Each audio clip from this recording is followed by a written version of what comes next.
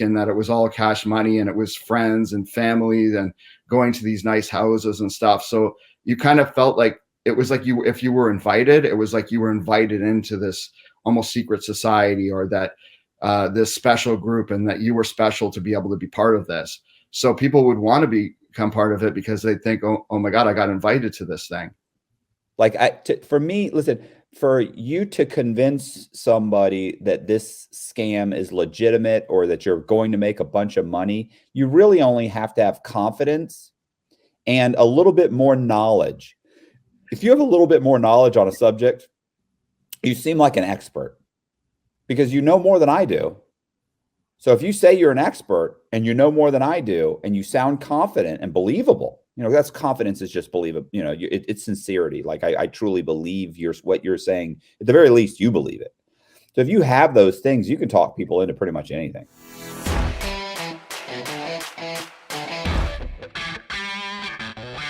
Hey, this is Matt Cox, and I appreciate you guys checking out the channel.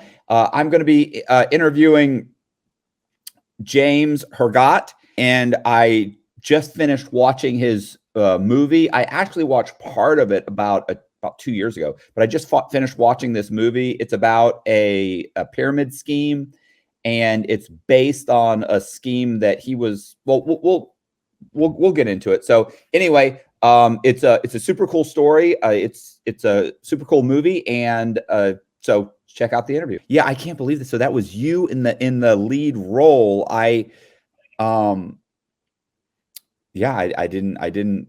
Yeah. Well, I was losing my hair like over time. I think you did that, but you got like a surgery or whatever. Yeah. I did a couple of them. Yeah. So bad. I was losing it over time. And then like 2 years ago, I just decided to shave it. Made a big difference, but I kind of like it. I'm kind of glad I didn't get the plugs because I know Joe Rogan talked about it. He had that done, and then it left certain scars. So when he did decide to shave his head, he couldn't go back after that. But, right. You have to have, I guess you have to have the right look for it to be able to pull it off, though. But I mean, I guess. I mean, you do. I guess I would like one more surgery. It's just not as thick. My hair is not as thick as I wanted, even though everybody's like, no, what are you talking about? It looks fine. It really doesn't. Like if you hit the light hits the wrong way, then it just looks a little thin. But then again, I'm 53 years old. So at 53, like, how thick's your hair supposed to be? Well, I'm 46, but then the next problem is then it starts turning white. So oh no, Mom, I'm way past that. Like there's all kinds of gray. I mean, it's 50% gray. Yeah. I got gel in it right now, so I just decided to give in. Yeah. So when did you? So tell me about the origins of the. Well, first let's start. Like where were you born? You were born in Canada? Yeah, I was born in Cornwall, Ontario, kind of near Montreal, and then I grew up just in the suburb of Toronto, a small town called Cobourg.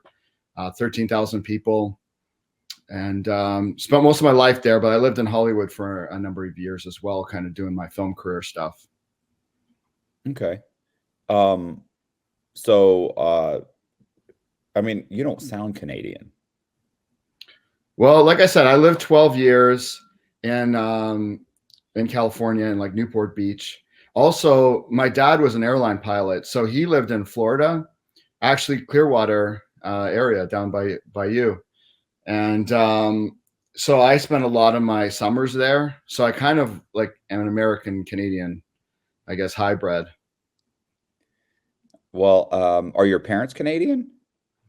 No, they were both born in Canada, but like I said, my dad ended up moving to Florida as a pilot. He could kind of fly out of wherever, and so I spent a lot of time living in the Clearwater area. Okay. All right. Well, that makes sense. It's funny because I talked to somebody the other day that was like, actually, was it yesterday, the day before? And he's Canadian. And I mean, it was full blown Canadian, Oh, yeah. So, which just makes me smile for some reason, just hearing him, with all the, hey, and the, but anyway, it's funny. He's actually got a good story too. I'm going to interview him. he was shoot, he was robbing banks with of ATMs. Mm. Like, I mean, he's in Canada. It's actually a good story. So, I mean, you know, that could be an interesting story. And he was the final chase when they caught him was like a helicopter. He's got the footage and everything. Yeah, that's wild. I mean, you know, the accent depends what part of Canada, but like even when I lived in California for long enough, I would call back to my mom, and to me, it was almost like it was so thick, it was like a Scottish accent or something. Right. It just Well, depends. so you moved it. So that's kind of, so what's the genesis of the movie? Was that you were in, because when you just said you had moved to California, like that's the same thing in the movie. You had moved to, you know, you had, when we talked, you had said that the movie was kind of based loosely on, or based on a pyramid scheme, but I mean, so far it's following pretty closely to your life. And you said you were there when this whole thing kind of unraveled. Well, actually, the pyramid scheme, so it really happened in Canada. So I Okay. was invited out to a meeting, and I was in university taking film and philosophy, and I got invited to this like thing. And it was basically this meeting. And like, keep in mind, so this is around 1999. So I'm like 19, 20, 22, something like that. And I'd never heard of a pyramid scheme. Like, this is really pre-internet. Like, you had the internet, but it's not the type of thing where you wouldn't have But that was looked just, at it was just pyramids. starting. Yeah. It was just starting out at that point. And also, like, being like my age, like 1920, like, why would I ever hear of a pyramid scheme or Ponzi scheme? Like, unless you studied it in you know, some kind of history class or something, how would you ever really know about that? It wasn't really something that at least I was aware of. So I had no context of this. All I knew is I got invited out to this meeting, and it was this thing called the Muffin Club. So I'm already like curious, what is this? And there was different names for it. There was like women helping women, and there was different things. It started out as a woman's group. I mean, who knows? It probably started way back further than that. So basically, at the time, you would take $5,000 and you would pay. So it had to wait till all 8 people had agreed to put up their money. And then what would happen is that was all cash, and that the person that was at the top would get 5,000 from each person, and then walk away with this money. And that would be like a celebration. So usually they would do things with the money. Like, when they met with the person, they'd put it in like a wine bottle and like curl it up, or they would put it in a McDonald's Happy Meal or whatever, and give it as a presentation to. And there was different names. It wasn't necessarily a top person or president. It was, you know, madam or whatever it was. And like sometimes it was called like an airplane, so you'd be the captain, or there was all these different configurations of it. But basically, the top person would walk away with this $35,000. So, well, it would actually be 40,000, but they'd usually take a spot at the bottom and go back around. It would be called rolling. And then you would invite out your friends, and more people would join. And then the next 2 people would split off, and there would be 2 groups, and it would be their turn to collect the money. So I kind of went home, and they just like in the movie, they explained it with a deck of cards. It got a little bit more advanced over time, but that was how it got started. And then some people took it as an offshoot, and they started one that was like a more of a VIP one, where people had already rolled. So you would take 10,000, and then the payout was 80,000. So I saw a number of people that would do this, and the day that they actually joined, it would build up, and they would roll out that day. So they would come to the meeting, pay their 5,000, and then walk away with 35,000, then enter the next one. And sometimes people would roll 2 or 3 times. So you had people sometimes in a week or 2 making $250,000 cash. So as somebody that was like 19 years old, I was like, this is wild. Like, I never heard of anything like this. And then it expanded out. So there were so many people in Southern Ontario, which is the province that I live in, that were part of this. And Sorry, obviously it would need more and more people. Yeah, go for it. So were there in the original group, just like, because what you're explaining is very much kind of what happens in the movie. Yeah. Were there people that were saying, hey, this doesn't sound right, or is this a pyramid scheme? Like, the person explaining it, was he able to kind of quash all of those, all of those questions, or, like, did he have rebuttals? Because in the movie, like, as these guys are bringing up, saying, hey, is this an issue? You have the judge come in, you have the car guy come in, you have, like, it's almost like it was a choreographed scam in the movie, because suddenly, oh no, this guy's a judge, he says it's okay. Like, and he's like, yes, I'm currently a judge, I'm this, but then he wouldn't give him anybody, they wouldn't give him his name.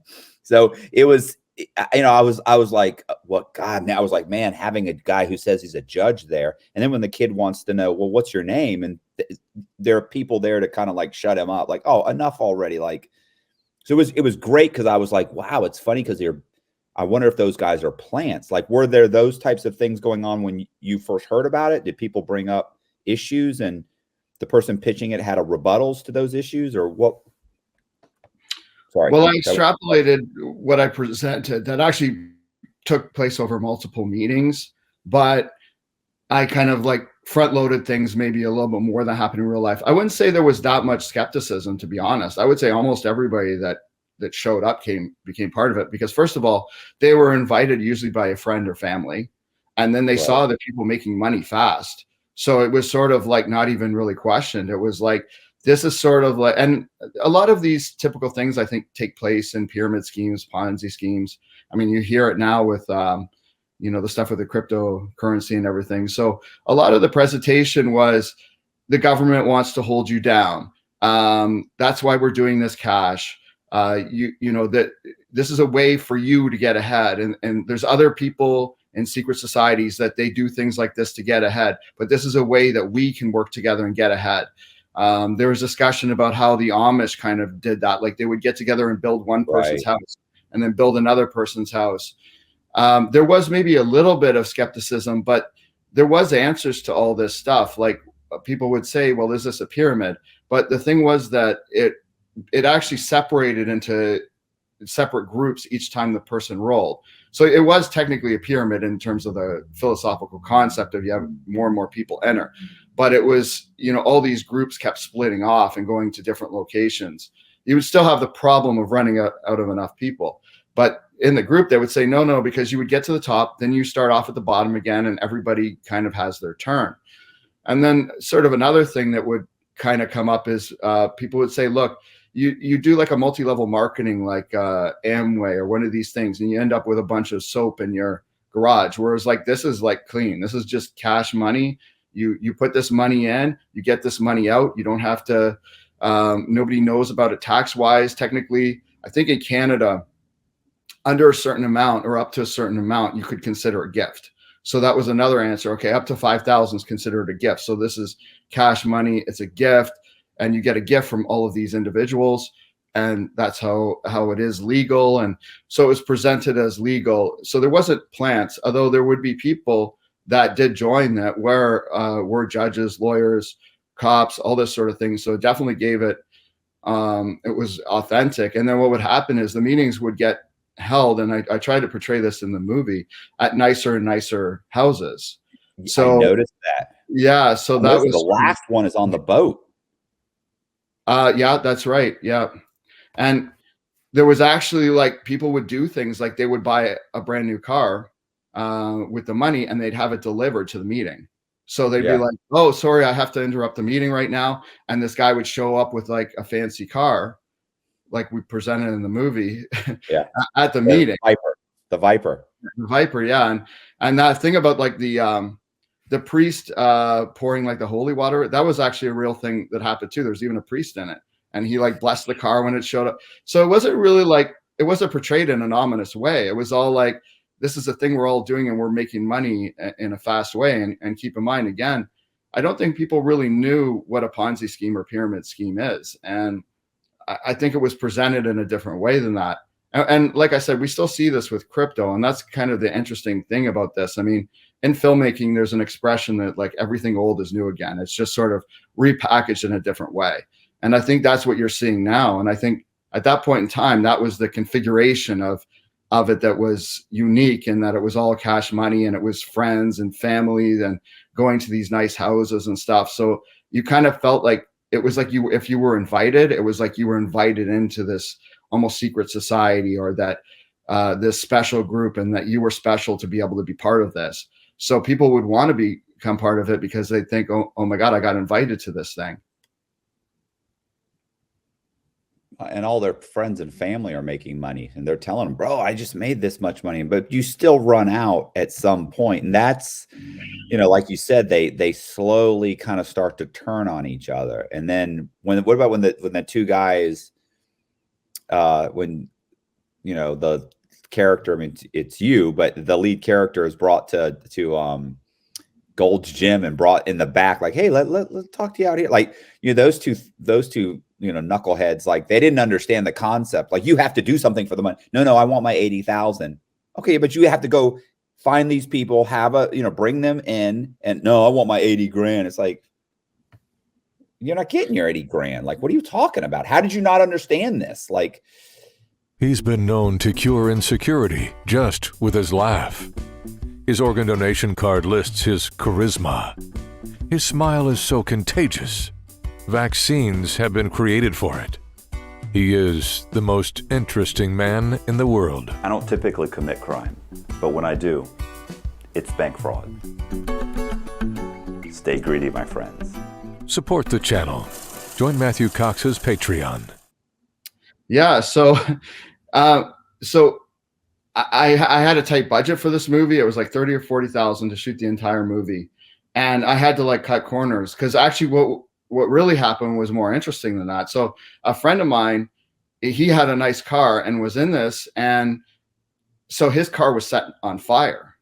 So, but what actually happened was that it was kind of like this. It was two knuckleheads that wanted to get in, and the one guy was on he had like the ankle monitor and stuff like that.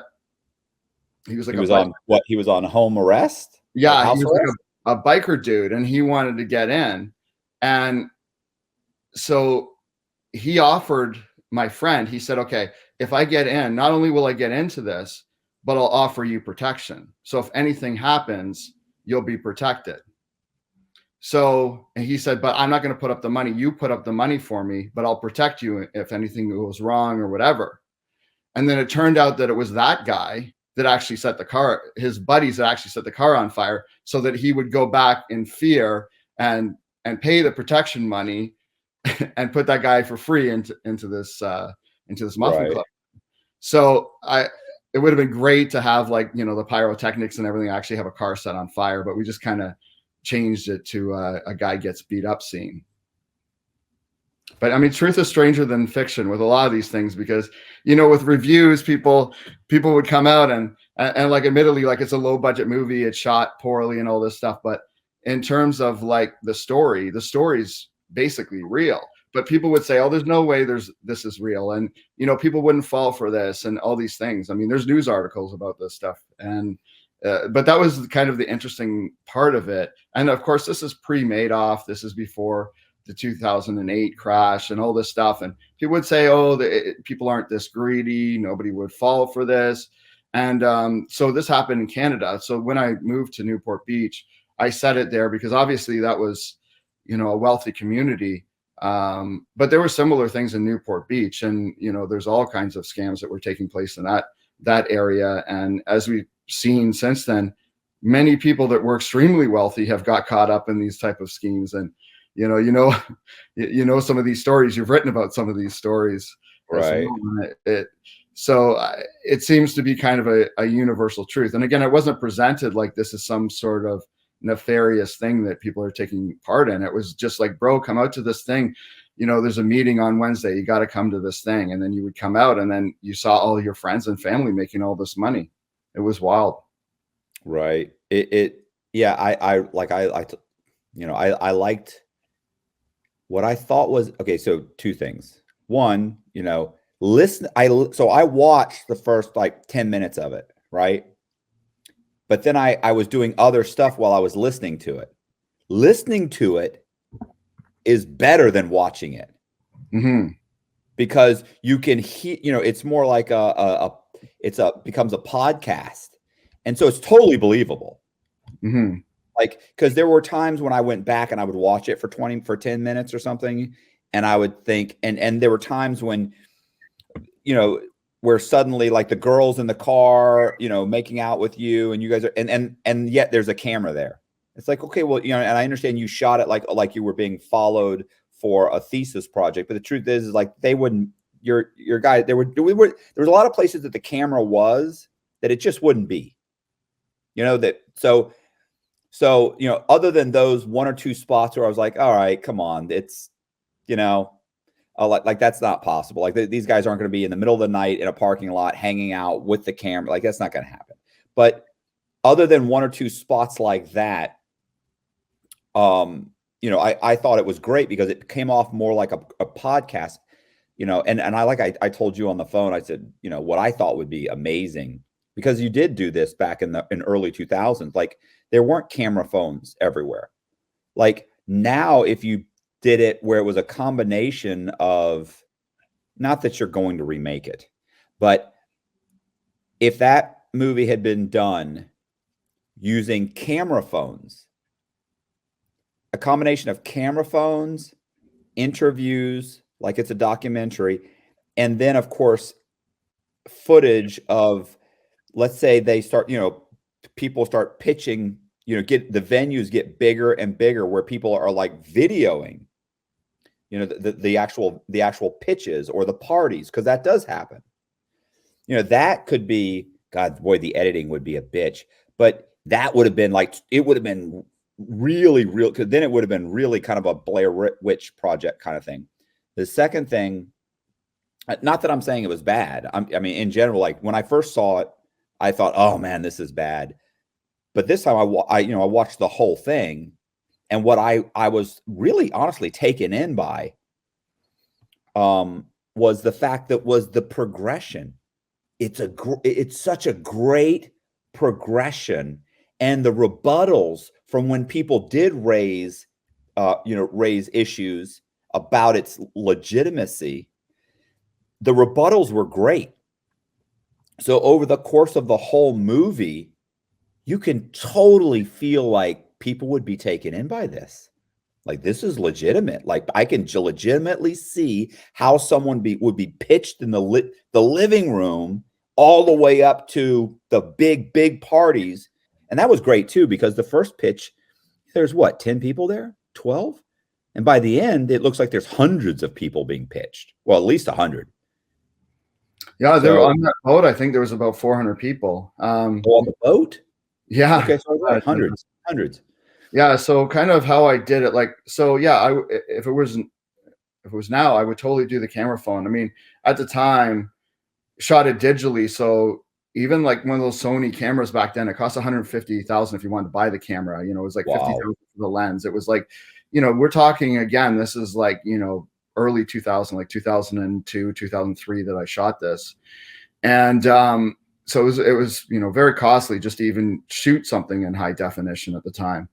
And so tried to kind of like what I tried to do, and it's interesting because the critique at the time, I think it has held up in a way, because the critique at the time is like the cameras are moving around too much. It's too, panning too fast. And you see this all the time in reality TV. Yeah. Yeah. Well, this is 20 years ago that people didn't really shoot with like kind of that reality style like they do now with reality TV.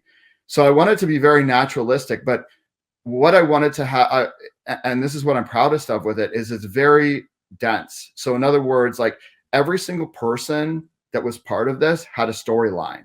So as we're kind of filming it and it's unfolding, you're hearing things like how they're talking about this. And there's one person where they saw about something online, and there's another person where they got in because of this. And it's sort of building. So I wanted it to be something where subconsciously it's getting more and more elaborate as it goes on, and more dense with all these stories, but you don't even notice it because it's happening, so slowly. So I think that it portrayed that well. And what I did with all of the actors that were in it is I had each of them have their own separate storyline. So they were all portraying that over and their own story arcs over this group of meetings. And they did a great job with that. And then of course, it ends where it ends. But yeah, by the time it got to the boat, there was 400 people. So it just kept expanding. And this was a real problem in real life, because these things keep growing and growing. And then you draw more attention because it grows. And then another thing that I wanted to portray is you get more knuckleheads. So when you start with a group of 5 or 6 or whatever, it's kind of like, who they are. But by the time you start getting to 100, 200 people, it's like you don't even know who half the people are. You don't know who they brought in. Just because of the laws of numbers, you're going to have idiots that come in. You don't really know what's going on. So I kind of wanted to portray almost like a social experiment where you would witness this, and rather than you're kind of going along the journey, it's sort of like the journey's unfolding as you're watching it. So I think I executed that, and it's interesting how it went down. And there are people that actually saw it, because when I showed it for the first time in Cannes at the film festival in France, there was people that came up to me and they thought it was real. So they would say like, "Oh, are you still with that girl?" They would ask me all these questions and stuff. So it was interesting how it was. So I tried to kind of blur the lines between reality and fantasy. But the funny thing is, people thought it was so unrealistic. But then I guess you could say the trick on them was how real this actually was in real life. I was basically just putting in scenes that actually happened. And maybe like in the case of the guy me getting beat up versus my car getting set on fire, it was actually less dramatic in the movie. So yeah. Right. Yeah, it was good. It was interesting. It definitely shows. I wish it had been like, I get that it's you're saying basically it's super based on what really happened. Like these are real. This really kind of unfold.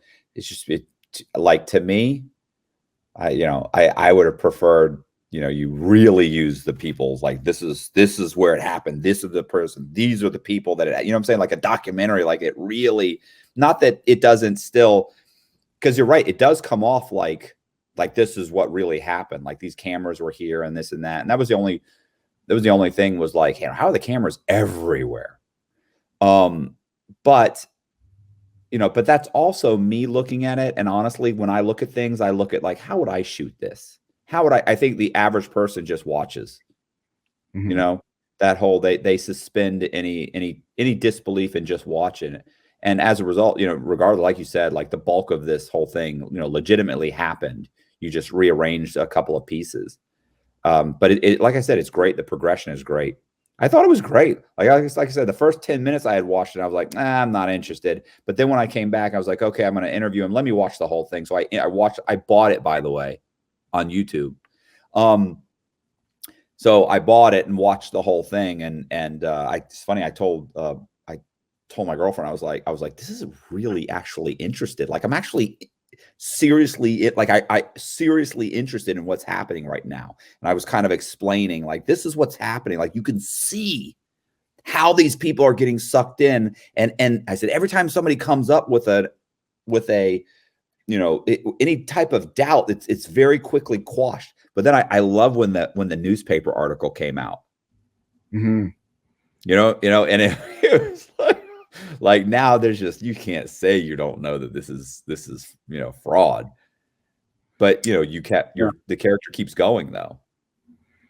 Well, and this is very typical in real life. What happens then is that the people that are in the know, then they say, "Oh, well, you see, this is why it's not working now." So It's not my fault, right? It's not my fault that there's not more people, or that the numbers don't work, obviously, but it's not my fault. It's the government. See, and they put out this bad press. So this is why things are drying up now. This is why we can't get new members. So they often use this as kind of an out. And even within the movie, and this is something that happened in real life, it got more elaborate, where now people started to trade artwork, because artwork can have any value. So they would trade artwork for the money and do things to kind of try and spin it. I mean, maybe those things weren't as clear as they should have been in the movie, but there was a lot to kind of portray. And I framed it that each section was a new meeting, because that's kind of how I perceived it, how it was sort of the story. unfolded. And yeah, and it's weird because, you know, you have people that they would say things like, one of the critiques was that I wasn't a slick enough salesperson, but in real life, no, these were just average people. So the people that would pitch this weren't there wasn't some main person that was, you know, a preacher-like person that could kind of get everybody under their spell. It was people just basically pitching this to their friends and family. And not everybody's that eloquent, but it was more what was happening that brought people in. It was seeing these fancy houses and seeing the nice cars and seeing their friends making money. And like I said, I would say 90% of the people that came out to the meetings joined. So, you know, I can take the criticism about the shaky camera work and stuff, but the critique about like, this isn't realistic, that it said that it was too jaded, that it was about human nature, that it was it wasn't realistic, that people with money would fall for like all those things. Well, no, that's none of that. Like none of that was my issue at all. Like it was very realistic. You know, once I read it, but then again, I have more experience. And the other misconception is that you have to be stupid to fall for a Ponzi scheme, or you have to be stupid to fall for crypto, or you have to be stupid to fall for a pyramid scheme. But the truth is, most of the people that fall for these types of scams, you know, aren't stupid, especially if you can explain it to them so that it makes sense. You know, then they go, because they're, you know, they're like, okay, well, that makes sense. Like, I can see how that would make money. And so they, you know, it's the guy who works at Tire Kingdom who's super suspicious because he doesn't quite understand the scheme. And as a result of that, and I don't mean scheme in a bad way, everything's a scheme, you know, buying something cheap, fixing it up and selling it. That's a scheme. It's just, you know, it's a scheme to rehab a house. But, you know, the guy at Tire Kingdom who's not quite savvy enough to understand the scheme, he's the guy that doesn't want to participate. And he's more weary of spending his money. But if you're a CPA and you're making $150,000 a year, and this actually makes sense to you, and you've never heard that a Ponzi scheme or a pyramid scheme is illegal, then I could definitely see how you could go, oh, I could see this. This makes sense. What the problem is, people don't do the math. It just can't continue to grow forever, which means somebody is going to get stuck holding the bag. You know, that's and the other element that really gets people involved is like, so let's say you go out to a meeting, and this is what would happen. So let's say you're like, okay, I'm not gonna get in this. And as it grows, especially at the beginning, when it starts catching a lot of like heat and more people are joining quickly. So it got to the point in these things where like at first, you know, it's a small group, but then people would be like, okay, I'm in. So they would kind of be competing. And so let's say you went out to a meeting and you weren't that person. You're like, okay, I'm going to wait and see. And then the next week, that person already moved through and rolled. So in a week, they made $80,000. Well, you look stupid. And right. Like that's a powerful psychological thing. Like that fear of missing out. Like imagine, you know, you come out to a meeting. If you had gone, you would have made $80,000. And people fear losing almost more than they do gaining, because now they feel like they were an idiot. So now they jump in. And that was another thing that happened over and over again. And that was a sales tactic that people that were, and I just think they believed it, so they would say it. But if you were running the meeting and you're like, look, you don't have to join, but this guy said, I'm not going to join, and he would have made $80,000. So do you want to be that guy? Right. And even if the numbers don't make sense, we're talking $80,000 cash, and you could be in and out. Like the smartest guy, the funniest thing when I look back is there was this guy that they brought in and they gave him a free spot because he was the top car salesman in the area. So they give this guy a spot. And I kind of tried to portray it. The actor that did this, he was like a little over the top, which is funny because he's actually a Shakespearean actor. But there's this guy that was a car salesman in real life. So they gave him a free spot. He collected his money. He didn't bring in a single person. even though that was the expectation. And he was Right. gone. Yeah. He was like, Yeah. oh, I can get 30, 40 people. Right. You know? Yeah. And I often thought to myself, and in the movie, I kind of have it where he kind of gets kicked out on purpose. But in real life, I think about that person that actually was this car salesman, and they got a free spot. They collected all the money and they were gone. I'm like, that was the smartest guy in the room, because he collected his money. You never heard from him again. And he didn't bring any of his friends or family or anybody into it.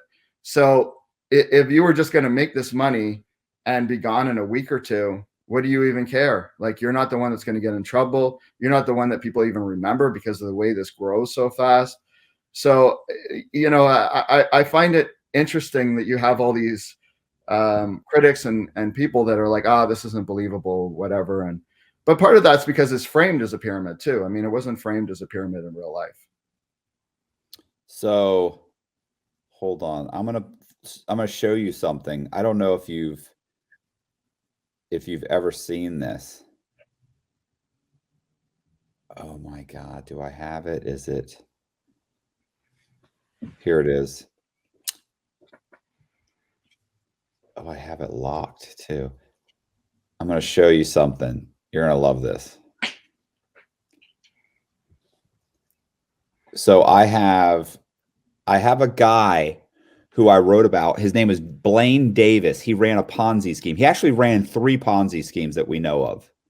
The first Ponzi scheme, he was working as a bartender at Red Lobster. He managed to raise $1 million, never invested it, but eventually, after spinning these guys, telling people he was investing in Forex trade, he was Forex trader.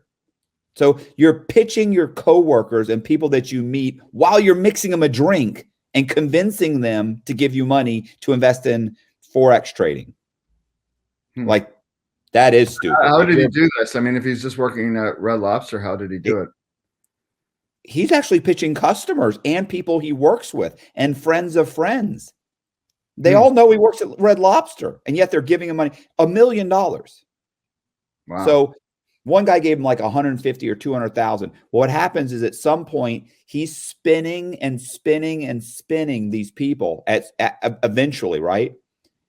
To the point where they show up at his house. And I actually have the video. Hold on.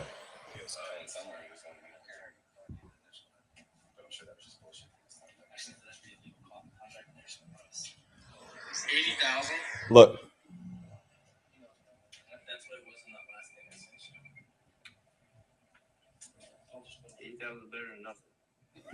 He's just having him sign a paper saying he'll pay him $80,000 in the next week. I think I've heard of this. Was this? Did you cover this on your channel before? Not on my channel. Why don't you read it? I did talk about it on Concrete.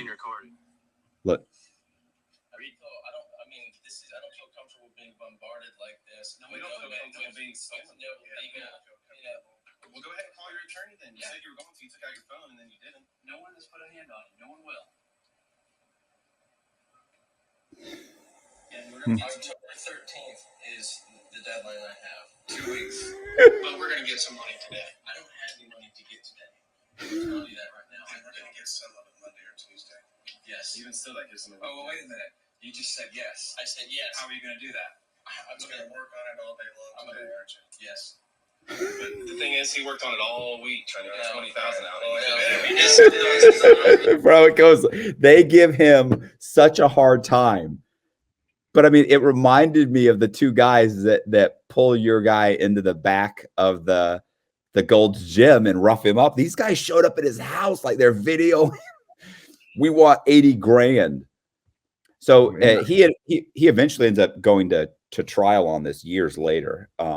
You know, and found guilty. He blamed the whole thing, said he had given all the money to this guy who was who took off to Europe with the money. I mean, literally he went to try. This is what a con man the guy is. He actually went to trial and tried to convince a jury that he gave all the money to this mysterious, you know, this mystery man, this internet, they called him the international man of mystery.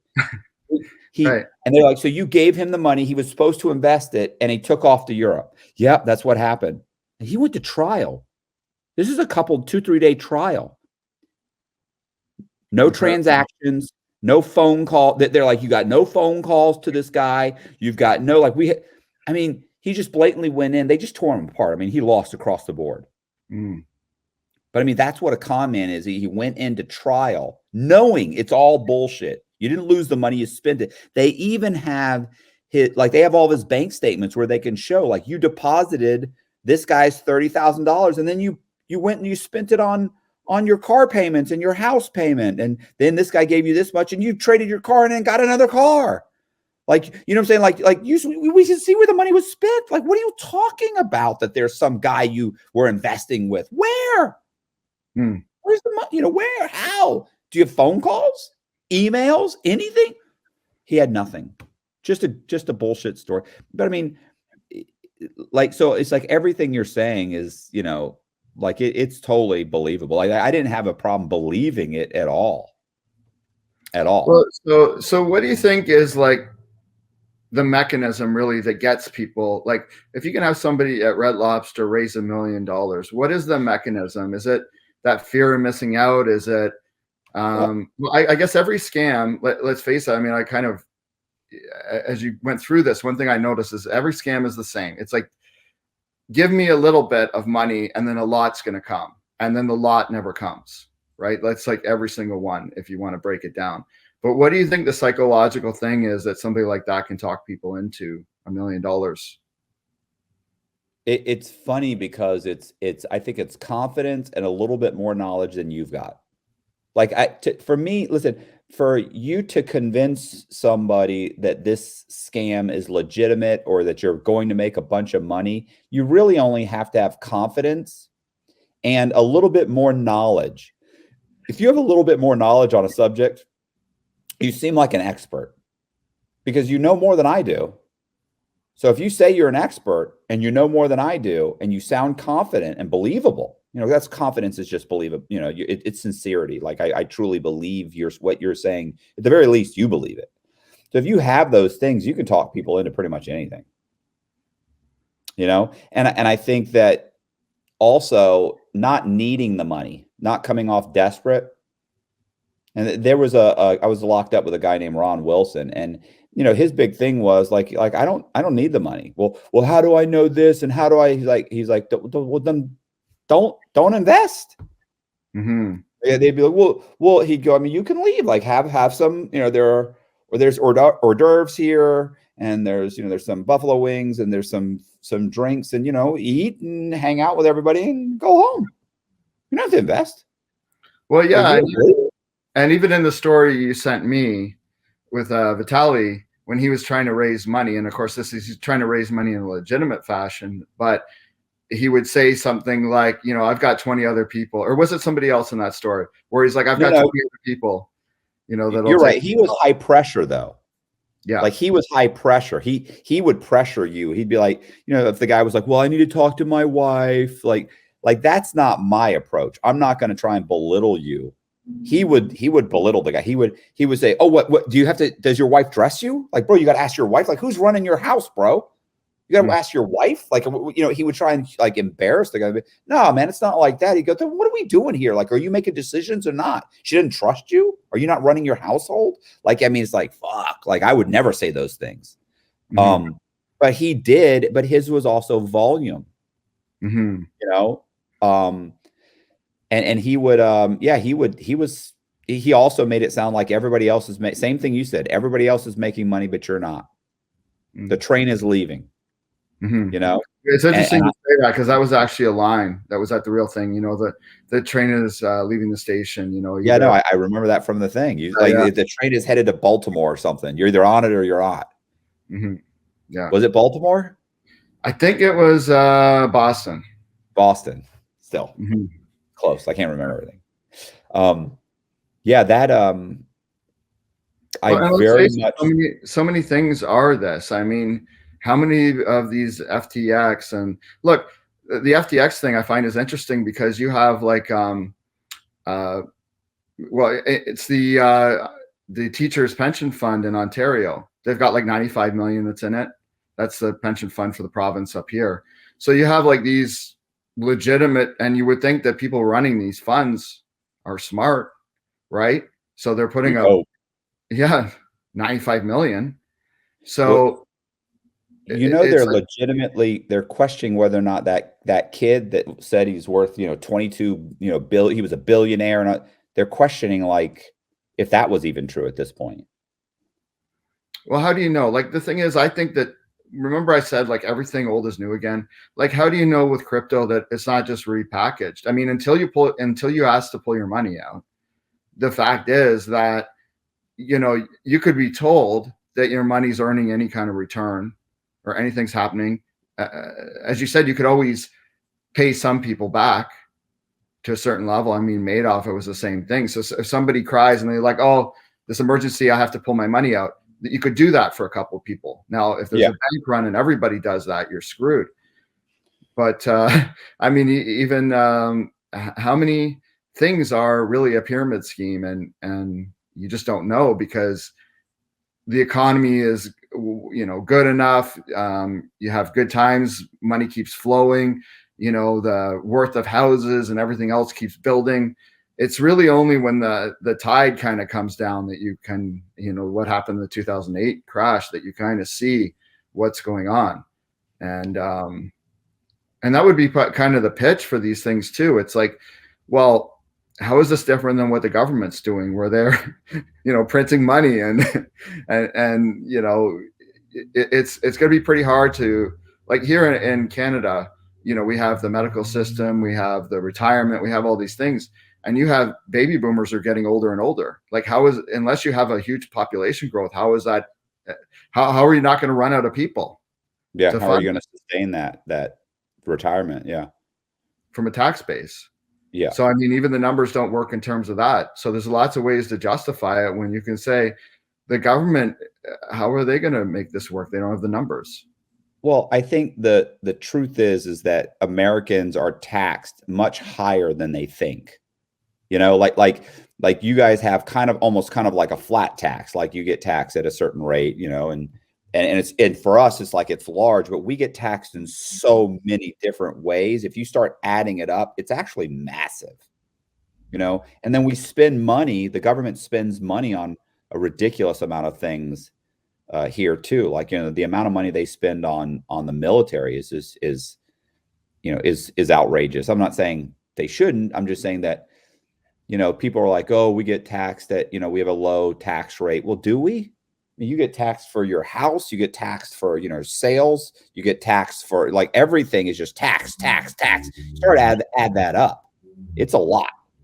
It gets outrageous, It's like if you added all that up and it was 35 or let's say 40%, people would go, that's insane. And then, but in Canada, if they, but you're just getting taxed. You're getting taxed what, 45?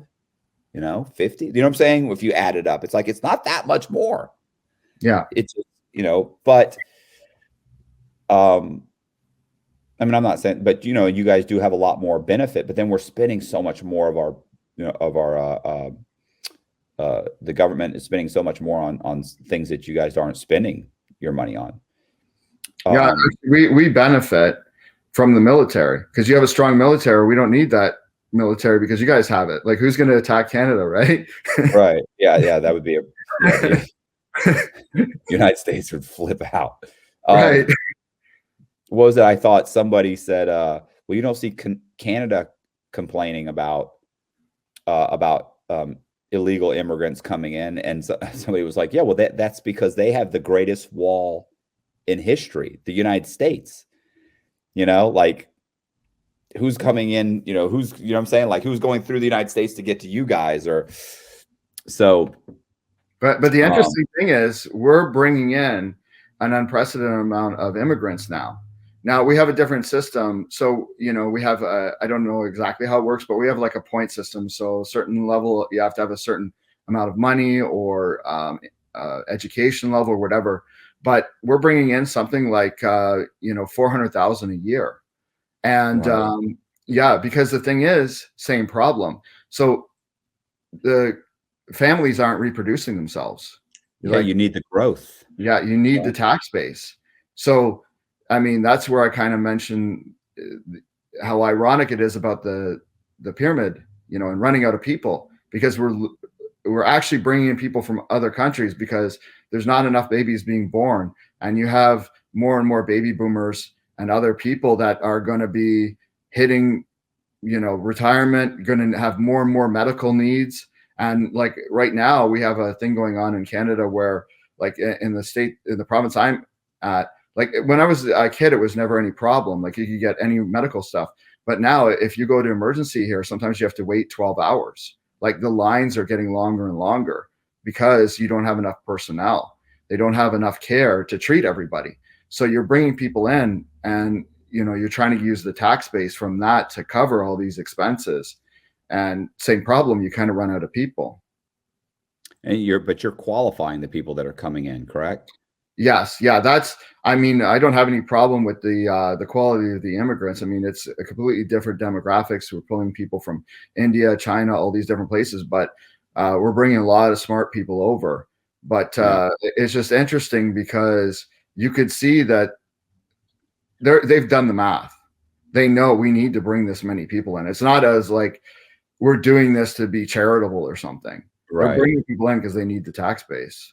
Yeah. Yeah.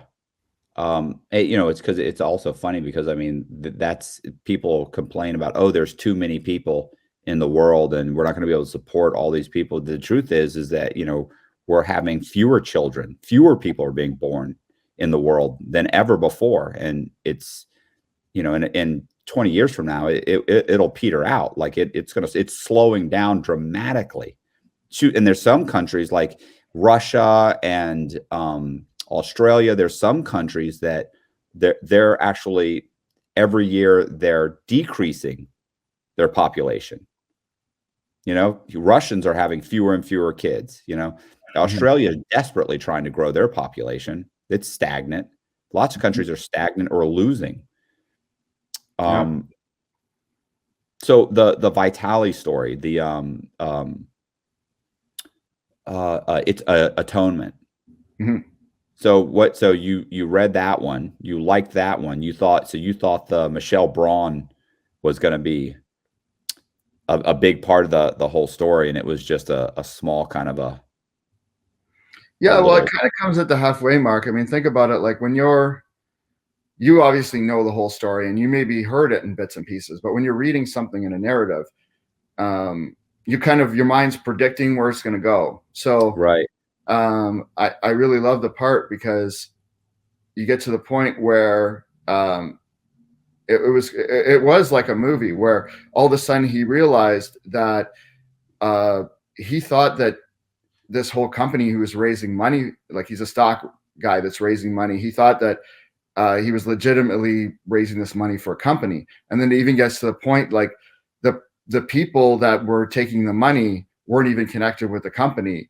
Like he was out at a presentation and the guy that was presenting it didn't know these people. So he thought that they came with that guy. So as a result of that, you kind of have this situation where this guy had started raising money and they just cleared him out. And he was kind of on the hook in terms of like, they were smart enough to put things in his name and stuff like that. And so there's a scene where you're in prison. I guess this is the aftermath. And you're talking about this. And you said to him something that I was thinking in my head is like, because they kept asking about the people that were investing money. They wanted the stock certificates. So, it was like 100 or 200,000 or something like that they took, but it was like a $5 million raise. And then he was going to issue the stock. So if they had issued fake stock certificates and, printed it up as like, photoshopped it or whatever and sent it out, he probably would have kept raising and probably would have raised a few $1 million. So you asked the question, you're like, why did they stop there? Like, why did they just cash out at this point in time and not raise more money? And that was what my thought was. So I thought as the story was going to progress, we would find out why they secretly actually hadn't gone and raised more money, what the trick was. But then it was just kind of no, they were just dumb or whatever. They just, Well, I mean, they're smart enough to run a scam, but not to run it big enough. yeah, Michelle Braun, I don't know what she was thinking. She got over eager, saw the money and just started grabbing the money. And Vitali, obviously, he just wasn't in on it. So he thought he was going to do the right thing and just tell as many, and stop the whole thing and go to didn't realize he was the mark. What I thought was great was that they showed up and he thought he was having a meeting with people at the company. And they were saying, no, those people were with you. And he's like, no, they were with you. No, so I thought that was, and it's funny. Yeah. Cause that scam in and of itself is a great scam. And I remember I told him when we were writing it, I said, bro, I'd have fucking taken all your money. I'd have let you raise the whole 5 million and taken it. But just like I said, I'd have come up with the certificates, given him the certificates, had you raise all the money, taken the money, and then taken off. She takes a couple $100,000. It's just stupid. Yeah, and you could have taken off with that money and gone somewhere where, no extradition or whatever, and you could have had more money to kind of get out of there. So it was interesting. But, again, it's kind of life is stranger than fiction. And then the story goes on in a different direction. So I kind of like those twists and turns because, again, it's real life. So overall, that was a good story. It's unfortunate how everything kind of played out for that guy. But, you, as the title indicates, you kind of have a redemptive ending to it. So I like that story. What's interesting about that, what you were saying is, that's the thing about writing true crime is you have to work with what happened. You can't craft the story.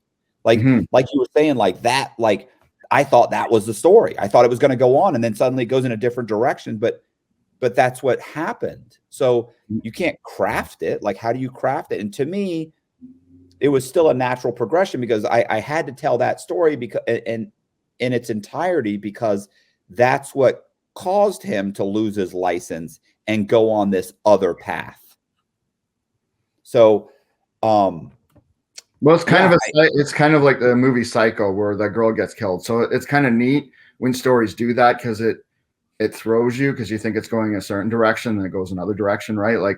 The whole beginning of Psycho you thought was going somewhere, and then you thought you're following this lead character, and then she gets killed off, and it goes another direction. So I think that was pretty cool. It's a great story, and it's funny because you have in this thing about the Lamborghinis and all this, and one of the projects I'm working on now is a sports car documentary, and it's called Straight Six. But this six is kind of like the way Drake has it, and Flat Six, and the way that Drake has it.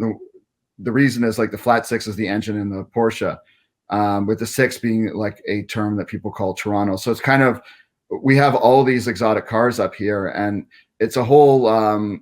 It's interesting because our weather sucks, but apparently, other than LA, it's one of the biggest markets for exotic cars.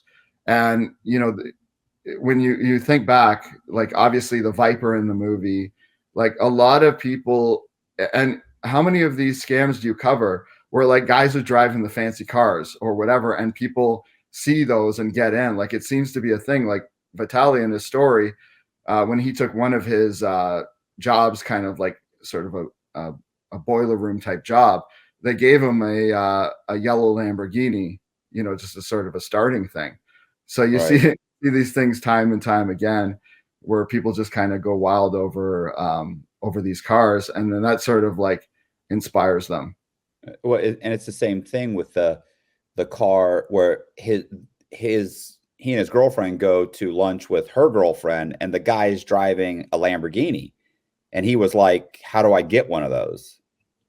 And the guy was like, "Come by the office. We'll talk about it."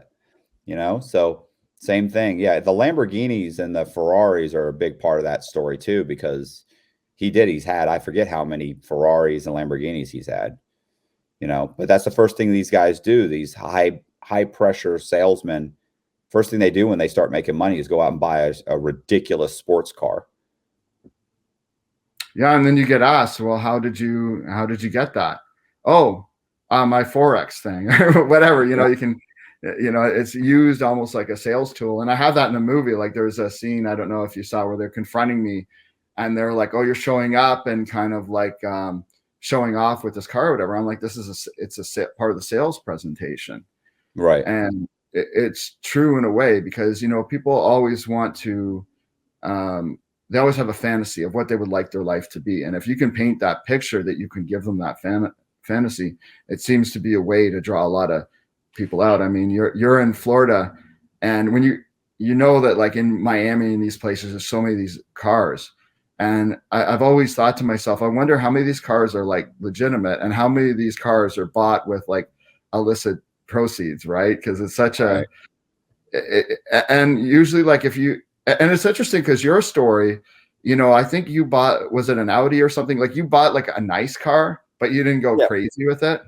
Yeah. I mean, you had the money to, but was that because if you gave me, I always say, you know, if you gave me $20 million right now, like I'm not buying a Lamborghini. I'm not a Lamborghini, even though it's funny. People see me like that. A lot of these guys have this perception of me that watch the channel, like they think I'm a certain way. But the truth is, I would probably just go get go get a Bronco. You know what I'm saying? Like I might get a little bit nicer of a vehicle, but I'm not buying a Lamborghini. Just not going to do that. Like I could see getting an Audi or, but even then, I'm not spending over $100,000 on a sports car. You know, that's not me. Right. What did you fear, like being too flashy, or that was just your personality? Well, I think part of it's my personality, but I also think a big part of it at the time was because at the time it was more of my personality. Mm-hmm. Like at the time, that was something like, but it was at the time a portion of it, not all of it, but a portion of it was that I didn't want to draw too much attention to me. You're driving around a bright red or a bright yellow Lamborghini. It's look at me, and that's great. But it's also, you know, the problem is what happens if people do start looking at you? Now it's an issue. So yeah. I'm not. Yeah. But you know what's wild about this is that because of the shortage of supplies and everything that's going on, because like I made a lot of friends in the different, like the exotic car communities and the Porsche communities. So the past 2 years, these cars have all appreciated in value. So like, like a lot of stocks have gone down. Housing is kind of stagnant or a little bit going down now, but these cars are going up in value because of the limited supply with the chips and all these other issues. So it's kind of the only time in history where it's like kind of outrageous. Like up here in Canada, they're selling way over. Like, so if you go in and you want to buy a Porsche right now and you want to put a deposit down, you're going to have to wait 2 to 3 years to get delivery of the car. So the actual like used cars are going more, like 100,000 more than if you put a down payment and wait the time, because people want it now. So all the values have gone up. So it's kind of it's a wild thing where like cars are appreciating. Yeah, that's what the used car market too is shot up through the roof. Mm-hmm. Like people can't get. Yeah. I didn't know about regular, like, well, I guess the exotic cars. What about cars straight out of the factory from Ford? Like those have to be available still. It's probably not going to affect them. I don't know as much about those. I mean, they're pretty available, but the exotic cars, it's harder because like Porsche specifically, they were hurt by the chip shortage, and then there was like a boat that sank with all these like fancy cars on it. So really? yeah, Bugattis and everything. So what's happened now is it's like the time frame is like 2 to 3 years, and some people don't even know if you can get an allocation. And then also there's certain cars where there's a limited run. So like for Porsches, it's like a GT3 or GT3 RS. And it's funny because you have all these people who are like super wealthy and they do very well in their own industry, and they have to like beg to get these cars because they're all competing against each other, and there's only so many allotments. So it drives the prices up, but it's also an interesting phenomenon where you have these, like I have a friend of mine, and he's like, how many cars do I have to buy to get an allotment for a GT3? And they had like 3 different cars that he had to buy. Like he has to buy now in order to get a chance to get allotment for a certain car. But then at the same time, if you buy that car and get it delivered, as soon as it arrives, it's already appreciated $100,000 in value. So a lot of them flip it. So it's just kind of, it's a crazy thing that's going on right now. Mm. Well, yeah. So the movie, back to your movie. So where is it now? What platforms is it on? So it's on Amazon Prime. I know it's in the US, it's in Canada, and On YouTube. YouTube. It's on the Apple platform. I think not iTunes. I think it's Apple TV now. The Google platform and the Google Play. And then it's going to be on like Roku. There's a bunch of different platforms. It's going to be available through, so the distribution company is My Spotlight Independent, and it's going to be like growing in terms of where it's available. It's going to be available worldwide, but for sure, like if you have Amazon Prime, you can watch it for free, right? So it's all over there. And it's like, it's wild because that was my first movie. It came out 2004, and like 2005, it was in theater. And oh, by the way, like I should say this, I got this movie into theaters, and like that's a whole wild thing on its own, because like this was a low budget movie, and I got it into regular multiplexes. Like I got it distributed in Regal Entertainment, which was like, your multiplex theaters.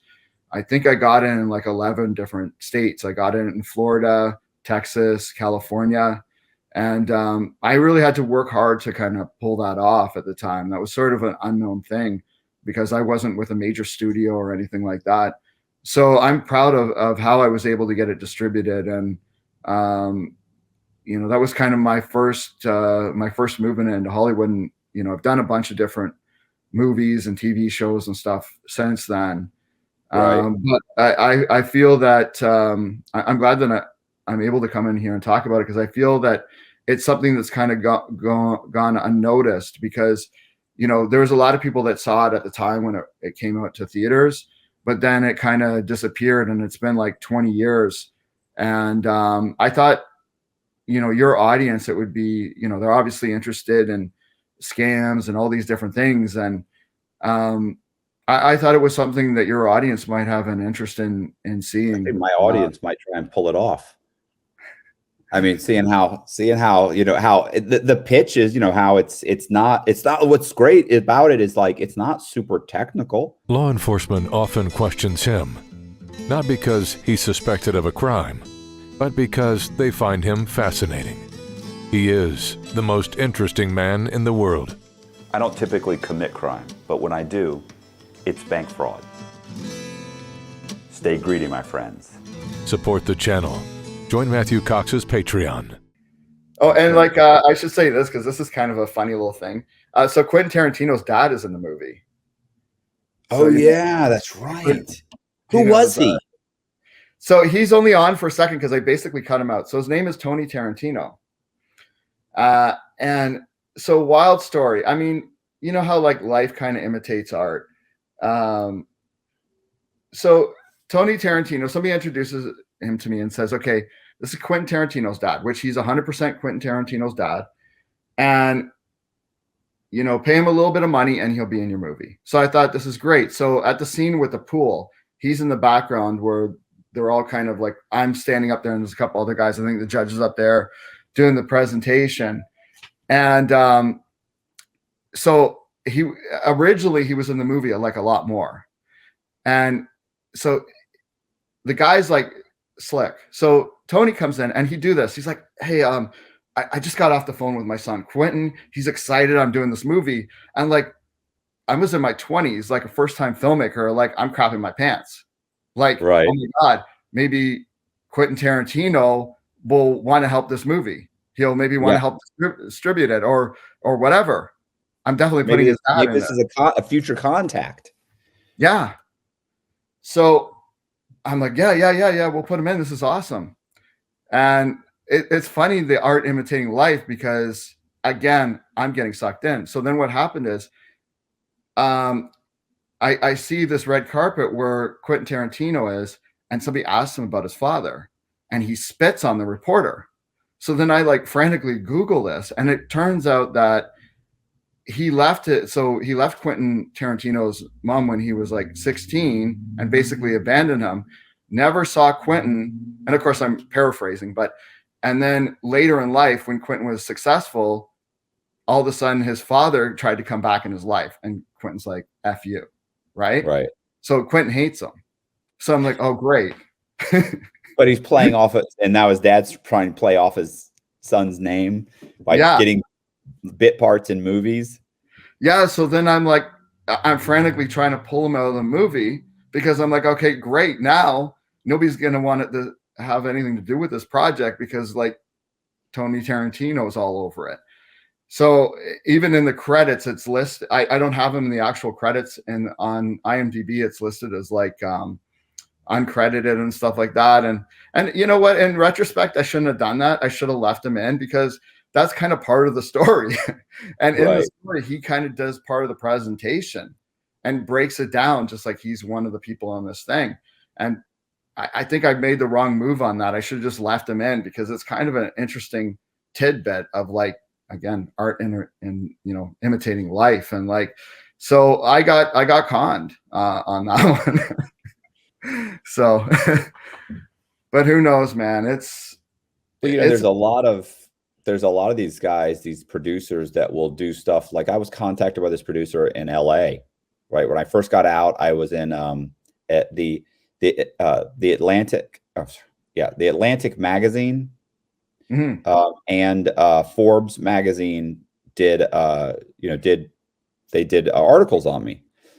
So I got reached out to by a bunch of producers. Well, one of the producers was a guy in Los Angeles, and you know, he was like, look, I work with a lot of big actors. Like he's pitching himself, right? So then I look into him, and luckily, I had ended up meeting with another producer. I had gone to Puerto Rico for a talk, right? So I had gone there to speak in front of some entrepreneurs, and you know, they pay you a couple $1,000s to fly you in for like the day. And you kind of tell your story and you fly back. But while I was there, I actually just so happened to meet with another producer. And so I was talking to her, and while I was also talking to this other producer in LA, and she explained to me that what was happening with this guy. And when I looked at, after she talked to me about it and I looked into him, I was like, wow, that's exactly what's happening. And she was like, look, here's what's happening is like this guy, there's a lot of guys like this, you know, they'll raise $500,000. They'll pay themselves $200,000 or $300,000 a year. They'll get a big named actor and pay him $50,000 to be on set for a day or two. Now, he's not really a big name actor. So people know who he is, but he doesn't really act anymore. Mm-hmm. Or he's never act. For instance, let me put it this way. Like this guy had Steven Seagal, who was in maybe 10 minutes of a whole movie. He had Mike Tyson when Mike Tyson was at his lowest. Right. You know, so he had all these guys that, and of course, then they're on the movie poster. They're on the back then on the DVD, you know, whatever you want to call it, you know, they're on the poster. They're in 2 scenes at the beginning of the movie and maybe at the end. They play the DA or something. He's a big part. You hear about him the whole time, but you never really see him except for 1 or 2 times. And they give him $50,000 or $100,000, and everybody else shares the remaining $200,000 of the film, or $100,000, whatever, to make this film. And then that's it. And she goes, so this guy, he does this. She goes, and then his investors, they all make their money back, and then maybe even some. He might get rid of that movie for $600,000-$700,000. So everybody makes money, but not a lot. It's not a blockbuster. She goes, and he makes 1 or 2 of these movies a year, and he does really well.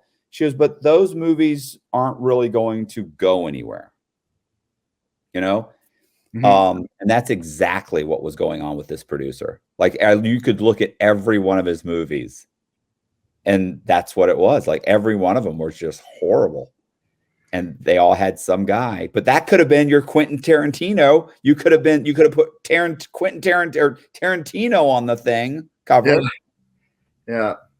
Well, you know, the thing is, like, it's kind of good that I got to see this whole pyramid thing when I was in my early 20s, because I came from a very small town in Canada, and it really helped prepare me for Hollywood, because I lived in Beverly Hills for like Newport Beach for like 15 years, and there's so many things I ran across within that industry. I mean, it's just obviously plagued with like sociopaths and stuff, right? So I think I told you I was dating this one girl, and she says, "Oh, you've got to meet my dad.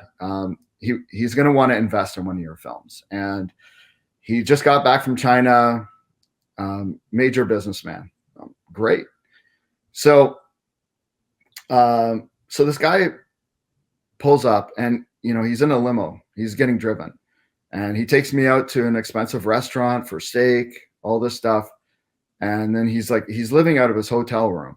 So that was kind of interesting. But he takes me out to dinner a couple of times, and he's raring to go. Like, he's going to invest in this movie, whatever the movie was at the time. And so he picks me up the next time, and he says, "Okay, I'm going to take you somewhere secretive." So he drives me to this warehouse. Now, keep in mind, this isn't like a movie story. This is real life, right? All right. And he's got like all of this stuff in storage there, like these fancy computers, all of this stuff. And he's like, "Okay, I have all of this stuff here. These are my stock computers that I use to access my money. I went away to China for a while, and I didn't keep up with the payments on this just because I wasn't around. So if you can pay $15,000, then I can get this stuff out. I can log in with my computers and transfer you hundreds of thousands of dollars and invest in your movie." Now I'm good. Yeah, I mean, I knew from my previous experience what was up. And by the way, my girlfriend says to me, "Well, why would you do it for $15,000?" I'm like, "Oh, that wouldn't have been the end of it. Then it would have been like, oh, well, this happened, but now I need to get these trucks to take," you know what I mean? It would have been one thing after the other, right? So I'm like, okay. So I just kind of like, when certain people like that, the way I dealt with it is like, I just like pulled back, and I was just like, I'm removing that person from my life. Because it's like, to me, I don't know how scary that person is. So I end up, I'm out to dinner with this woman that I knew, and I'm telling her the story. Well, it turns out it was her ex-husband, and he wasn't in China. He was in jail for fraud. And not only was he in jail for fraud, but the reason he picked me up in this limo was that he lost his license because he was, caught for drunk driving or whatever in his Lamborghini, of all things, of course. And so this whole thing was a ruse. But I ran into that so many times in Hollywood and you got to just pick up on things. And if there's anybody that ever wants to, like, again, kind of dissect how to like avoid things like this, they're always, again, the same way. It's always like, just give me a little bit of something, and then I can give you a lot in the future. And you see this over and over again. So and even like I heard your Vice story, like that wasn't so much of like a deep hardcore con, although they didn't pay you the money, but there's that kind of shady side of Hollywood. And another one that I saw a lot of is, I don't know if you've ever heard of this, but getting people to pay for their headshots and stuff. So you've heard of that, right? So I met this guy. I had the unfortunate thing of meeting this guy one time. So I'm casting for my movie. He goes, I'll help you cast this. So gay guy. And so I didn't realize it was a scam at first, but he'd do these radio ads, and everybody would come down. And I'm sitting there with him, and it was so funny because he was really good. Like, he wore an immaculate suit or whatever. And he actually would judge the person on how they dressed, and he would have a different rate. He's like, we have this filmmaker here. I can put you in all these movies, but we have to do your headshots. And the headshots ranged anywhere from $500 to $1,500, depending on how much he thought he could extract. So like there was, and there's things I didn't notice. He was like, he's like, this is a tranny. I didn't even realize it. It's an Asian. He's like, this is a tranny. And he's like, this person's probably insecure. Plus they have a Louis Vuitton bag. And he's like, $1,500. And sure enough, okay.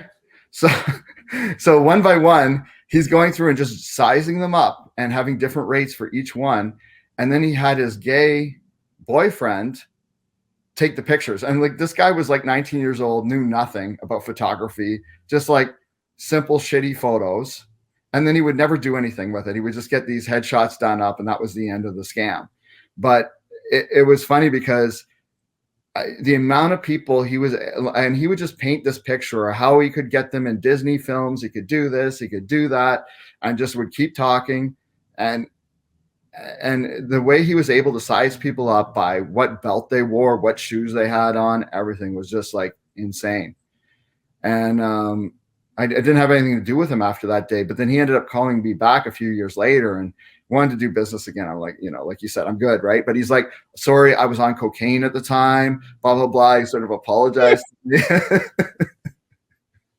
me. So you see this stuff time and time again. So just with people, if you get called by an audition and they think you're perfect for the part, but you have to buy headshots, that's probably a red flag. It's funny. Yeah.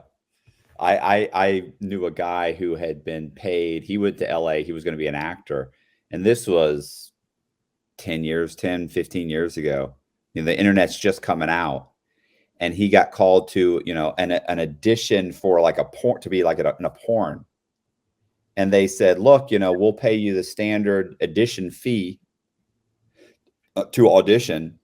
And they gave him like fucking $300 or something. And sign here, you have to audition. So we need to have you masturbate. And they gave him KY jelly, and they videoed him jacking off. And he was, and the thing was, they were like, and it lasted forever. Like, he's like, every time he would get to the point where they would go, well, wait a minute, hold on. We need you to lay on your back. They would switch him around. He's like, so so it went on forever. And then they took the video, and he had signed a release to allow them to show producers so they could use this. They had this whole thing, what they said he was signing, but what he was really signing was a release to place it on a website. Later, like a year or so later, somebody went to high school, found it on the website. And, because he had never heard from the person, and it was just like, it was like they tricked him into signing this piece of paper so they could put his jack off film on the website. So hilarious. People get, and by the way, I did get paid by Vice. Oh, you did?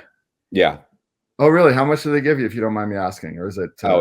It's not much. I mean, I'm not gonna say because I signed a confidentiality. Okay, no, that's fine. But yeah, it wasn't the 20 grand that I wanted. It wasn't really, but you can know on. I think they told me they could give me 10 grand. It wasn't quite that either. But so but they did. Like after I did the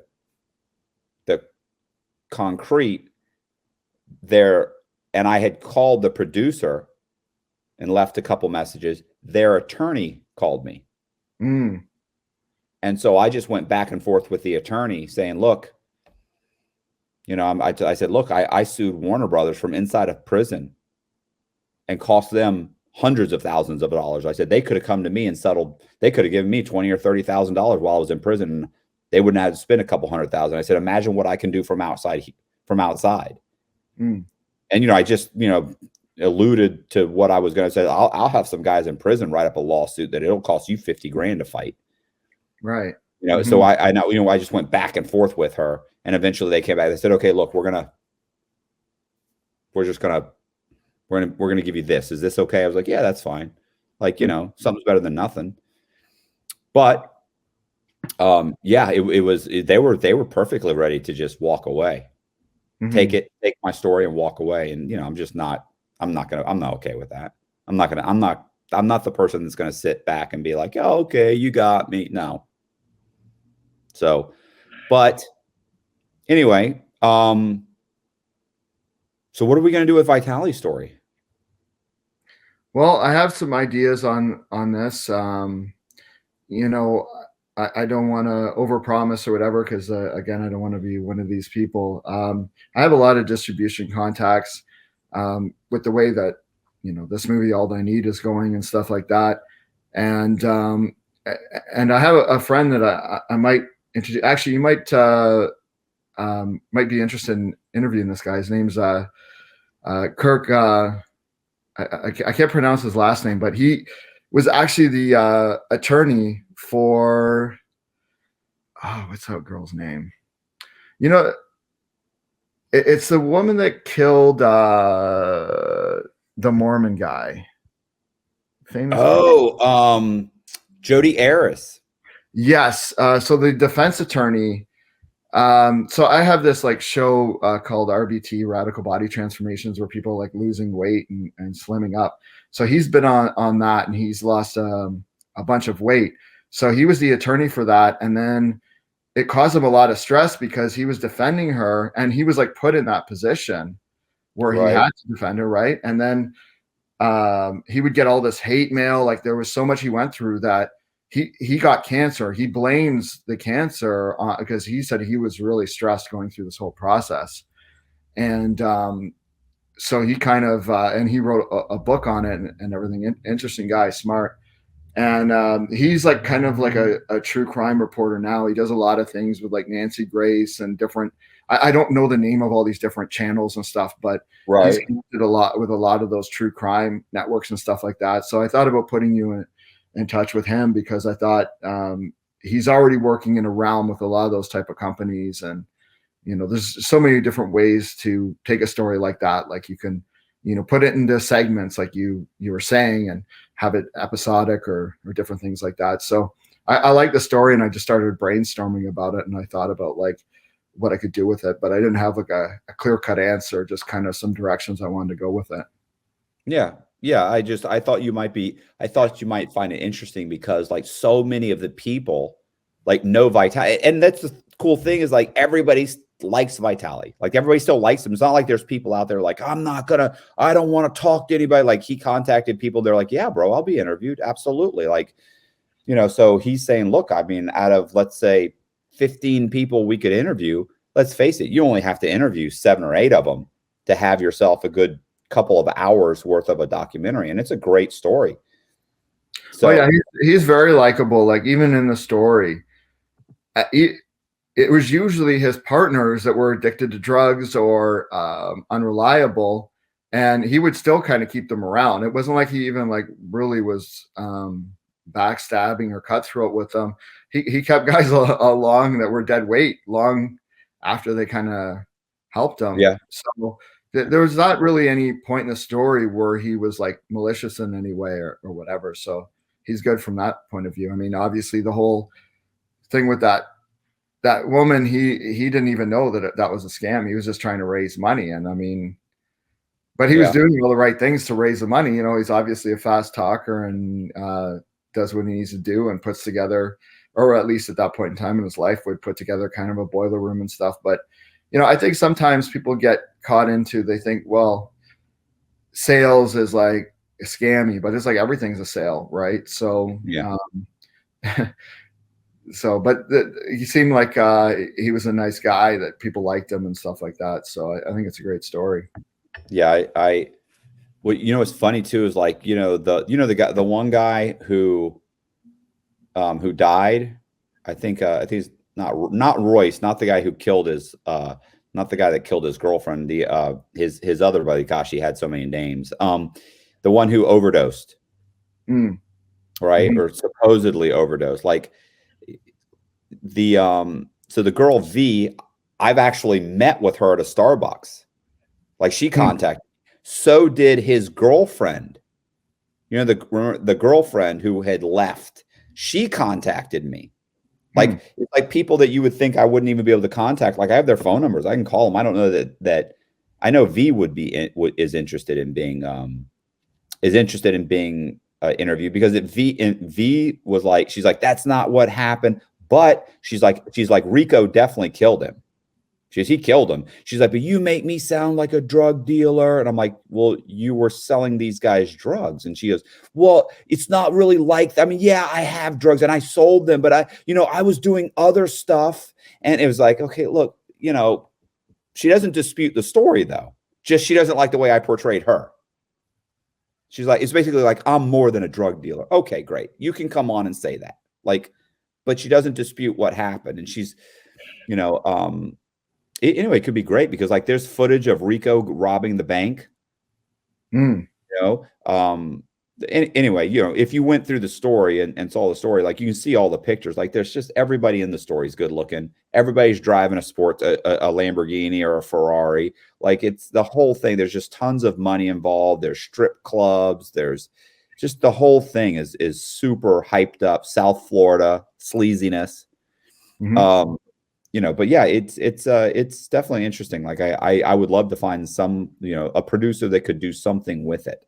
Because I have other projects that are moving forward. There's not much I can do now. So I'm kind of like, okay, well, let's move forward here on some of these. And I've got a few of those projects. Yeah, I would definitely pursue some leads. I think it's worthwhile. And it's captivating. I mean, it kept my attention the whole time once I got into it. So there's definitely something there. I mean, you're a great storyteller, and I'm glad that you've turned your skills. Like you took your skills from being a storyteller in a different type of way. And I'm a storyteller with what I do. So I understand that you took your skills and you turned it into a positive, which I think is awesome. So you're obviously a creative guy. I look at your artwork, right? So you just turned your creativity to the powers of good rather than bad. So yeah, just got to make it pay off. The problem is I'm not pursuing it as much as I should just because I like what I'm doing so much right now. You know what I'm saying? Like I like my life, so I'm not pushing as hard as I should. Well, it's hard. I mean, that's why.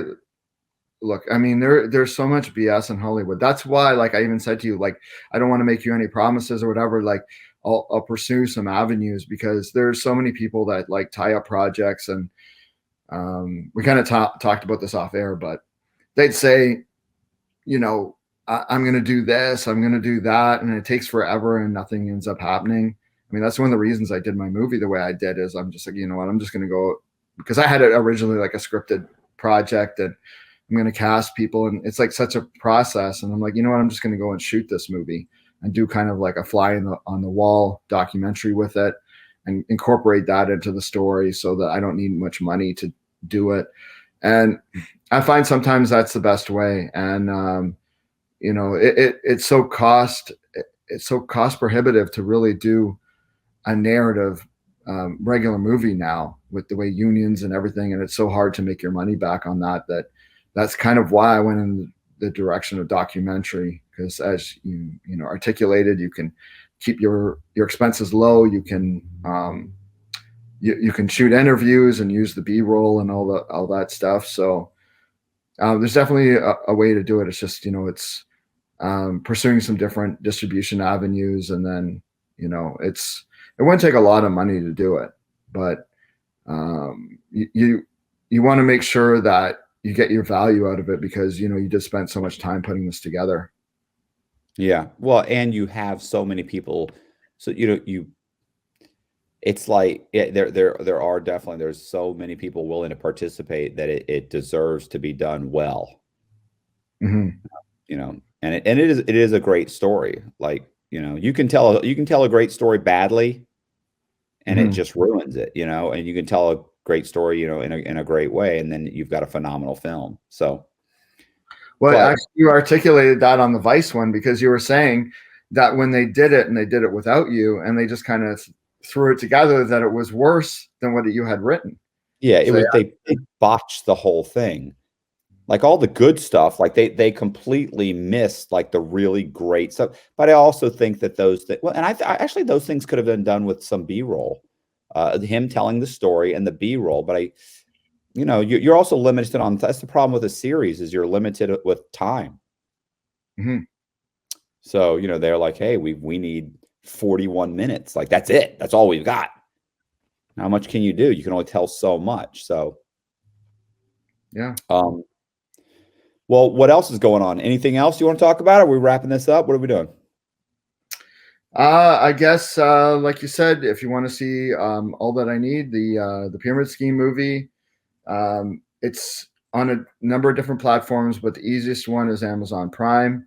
You can definitely see it there. I'm doing this movie right now called Flat Six. I've got a couple of partners with it. Alvin, it's Chinese name, so I don't know how to say it. But and I'm like you, I'm dyslexic, so sometimes I have a problem with saying these names and stuff. But Alvin King and Tim King, I think it's like, but it's spelled like Keuing, and they, though Alvin is actually with he was with Marvel Entertainment, and he worked on like some of the biggest sort of superhero movies. And Right. I'm like the storyteller of this, and then he's like the visual guy that's going to shoot and do the editing. And we're working on that up here in Canada, and there's just all these great stories of these people that have, you know, crazy money and these supercars, and kind of how they interact, because there's all these things now. I didn't know it at the time, but there's like these car meetups and these secret drives that they go on, and all these things that are a lot of fun, and it's its own world. And then they trade the cars with each other, like, here, you take my Lamborghini, I'll take your Ferrari. And so it's kind of a fun, visceral type of project that I'm working on. And I have a project called Radical Body Transformations, which, like, we've helped literally thousands of people lose weight and get into shape. And I connect them with top level coaches. And then I even have like an event. The next one's in June in connection with the Toronto Pro Show, which is like kind of a bodybuilding contest. But then we have a transformation show that we do where it's not like hardcore bodybuilders, but people that have lost weight. And some of these people the story is part of what we present. So we read out their story before they walk on stage. And you have people that have turned their lives around, lost 100, 150 pounds, all kinds of different things, have overcome different disabilities, have MS, were in abusive relationships, were addicts, and they've turned their life around. So people can always reach out to me about that. My website's James Hergott, HERGOTT. I'm sure you can throw it up, .com, and should be able to find out how to get to these other things from there. So just working the grind and doing things. And I really appreciate you having me on and giving a platform to tell people about these films, because I don't think I've talked about that movie in really 20 years. You know, at the time there was a press run where I'd go and do all these things, and but it's great to talk to somebody that really knows about pyramids and has you know, been around so many people and interviewed people that have ran those things, and you have an interesting insight into it. So I really appreciate your time. Hey, I appreciate you guys watching, and do me a favor. If you like the video, hit the bell, hit the subscribe button, hit the bell so you get notified of videos like this. You know, share the video. Everybody keeps saying, like, oh, I get all these comments that are like, bro, I don't understand why your channel's not blowing up. Well, you just share my channel, share my video, you know, leave a comment. I respond to, honestly, I read all the comments pretty much, probably 80 or 90%. Some of them slip by, and I probably respond to 20 or 30%. Like, some of them is just like, good job. Then, you know, I typically just hit like the heart button and thumbs up, you know, but honestly, I respond to a ton of the comments. And if anybody wants to email me, my email is in the description. And also, I'm going to put James's contact information and everything in the description. And I'll put a link to the movie. I bought it I just bought the movie on YouTube. You know, it was, I think it was like $10, you know, and so I'll also put the link to, you know, I'll put his social media stuff down there, and we'll put so I appreciate you guys watching, and see ya.